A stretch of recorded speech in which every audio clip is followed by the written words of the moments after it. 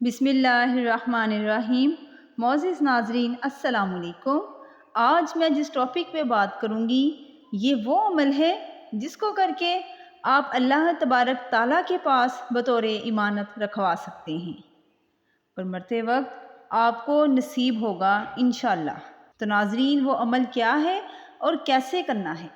اس عمل کو کرنے سے پہلے رخ کعبہ باوضو ہو کر بیٹھیں اور ایک بار خلوص نیت اور سچے دل سے کلمہ طیبہ پڑھ کر اللہ پاک سے عرض کریں کہ اے اللہ، میں یہ کلمہ تیرے پاس امانت رکھواتی ہوں کہ جب میرا آخری وقت ہو تو میری امانت مجھے لوٹا دینا۔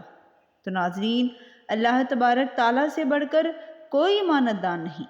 اس عمل کو کرنے سے آخری وقت میں کلمہ طیبہ نصیب ہوگا انشاءاللہ۔ اللہ تبارک تعالیٰ سے دعا کرتے ہیں کہ اللہ تعالیٰ تمام سننے والوں کو اور مجھے بھی آخری وقت کلمہ طیبہ نصیب فرمائے۔ آمین ثم آمین۔ جزاک اللہ۔